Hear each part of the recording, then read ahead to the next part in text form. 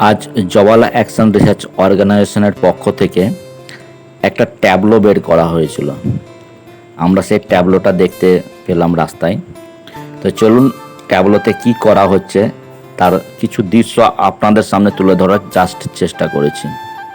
তো চলুন দেখা যাক আমরা ট্যাবলো নিয়ে কোথায় যাচ্ছি। তো দেখলাম এক গ্রামের ভিতরে যাওয়া হলো। এখানে অনেকগুলো কিশোরী বসেছিল, তার মধ্যে আমাদের ঠাকুমা বসেছিলেন। তো ঠাকুমার ঝুলি নিয়ে বসে আছেন। তো আমরা কিশোরীদের সঙ্গে বই নিয়ে একটু আলোচনা করছি। অ্যাকচুয়ালি ট্যাবলোটা ছিল একটা বই গাড়ি, যেটা বলা হয় অনেক সময় কিতাব কি কার।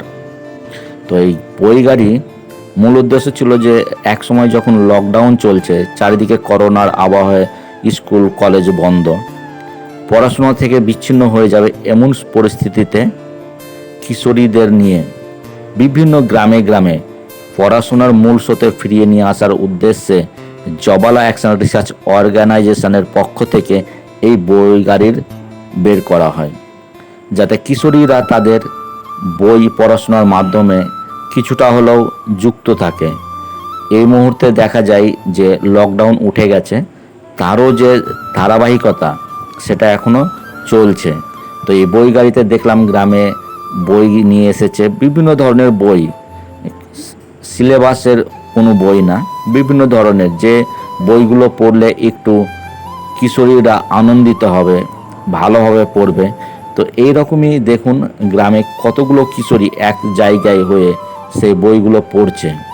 তো বইগুলো পড়ার পাশাপাশি আরেকটা দৃশ্য আপনাদের সামনে আমি তুলে ধরবো জাস্ট, যে বইগুলো তো পড়ছে, বইগুলো পড়ার সঙ্গে সঙ্গে তারা তাদের যে কি বই পড়েছে সেই বিষয়টা তারা কিন্তু এসে প্রেজেন্টেশন করছে বা পড়ছে।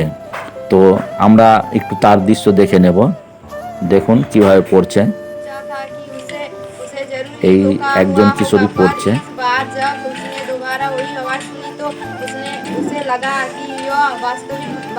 এই প্রেজেন্টেশনের পরেই কিন্তু আমরা আমাদের যে আজকের যে কার্যক্রম বা আজকের যে বিষয় সেটা আমরা সমাপ্ত করব।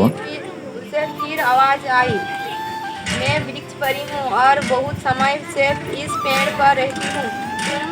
तुम इसे काटोगे तो मैं बेघर हो जाऊंगी।